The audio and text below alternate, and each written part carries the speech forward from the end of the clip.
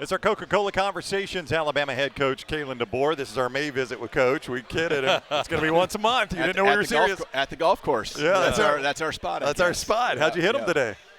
Well, hit some really good, and then some not so good. Well, it's tough in front of a crowd, isn't it? Oh, man. Yeah, it's a game changer. It's a whole nother world. I saw the baseball player got into you on 10. We were broadcasting from 10 watching the tee box, and seems like you got a little bit of 10, took it a little deep of the green. I think that the one they had they were measuring your swing, and so I didn't want to have some bad numbers.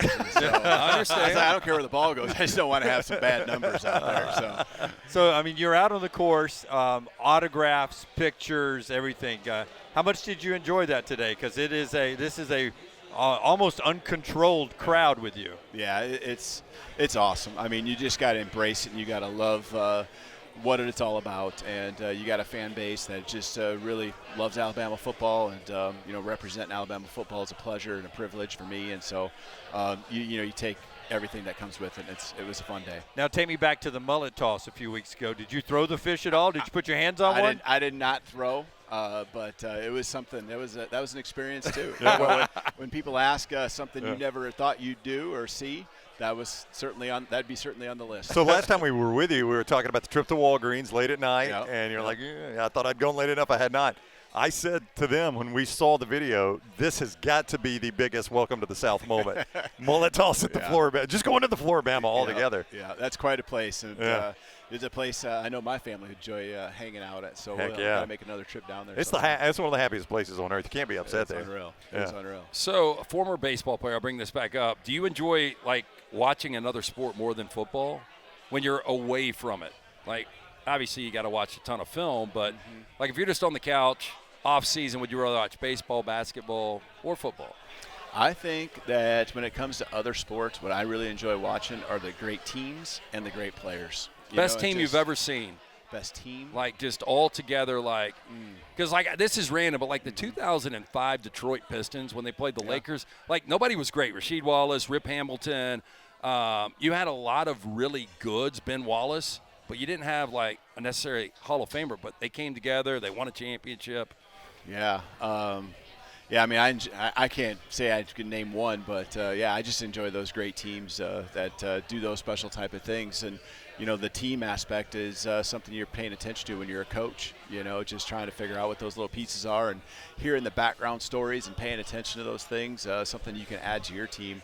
I know we have a theme, that we'll have even this fall. I'm going to keep it secret because the team doesn't even know, that it revolves around other times when sports programs and organizations have excelled and done it in a special way. Yeah, it's a brief moment of time now, but a moment of time where the players are sort of on their own as they go back home, then they come back and settle into the workouts, and you build towards the season. Do you like the leadership group so far? You feel like that those guys have a handle on a team-led team? Mm-hmm. I really do, and I met with every guy right here at the end of spring ball after it was over for 1 week, just pretty much every day, 20 guys or so. And, the cool thing is here these next couple of weeks, there's going to be a lot of guys getting together in different spots in the country. Some of them have these trainers, or some of them have a facility they can go to. Some are in cool spots where it's part vacation but just getting back to work. And I'm probably trying to temper them down to make sure they're not doing too much because they do need this break mentally and physically. But I've got some really cool indicators that we have a player-led team, and these guys are really enjoying being around each other, upwards of 20 to 30 guys finding a way to get in certain places to go work out, throw, lift, train, and that's really cool. I'm going to assume you've been asked this a bunch, but 10 of your guys go in the draft, 2 weeks ago, coming up this weekend.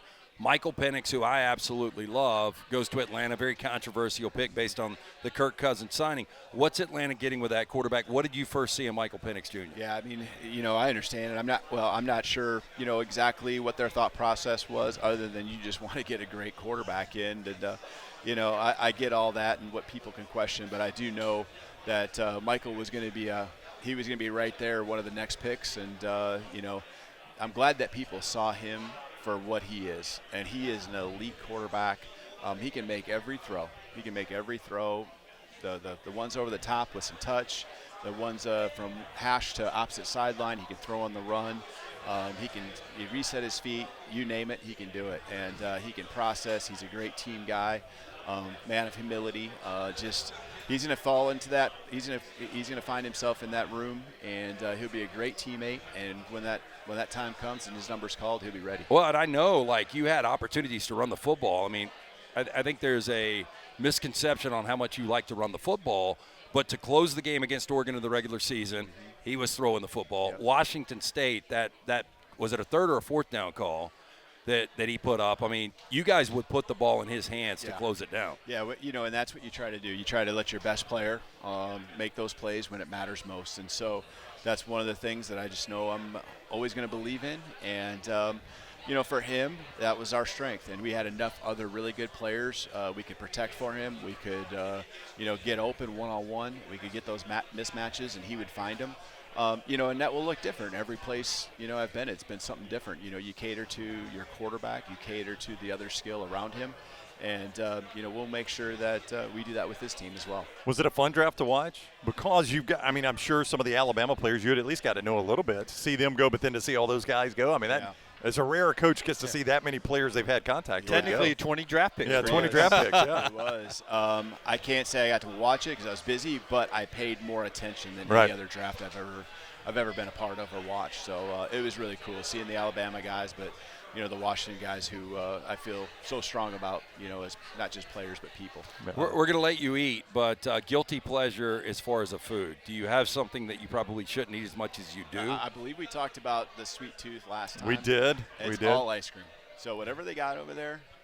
They got banana pudding. Okay. I didn't see any works. ice cream, That but works. banana pudding's dang good. That's a good replacement. I can not even have the rest to go straight to that. It blew my mind last week. It was during our show. I pointed out it was 110 days from the national championship and 110 days to your first game at head coach of Alabama. We were like, it's only been 110 days since the national championship game. How much has your life changed, dude? I mean, I say this, and I met with a lot of donors over the last couple of weeks, just in different groups. But when I say it seems like it's been in a century, it seems like it's been many years. I mean that in a good way because so much has happened.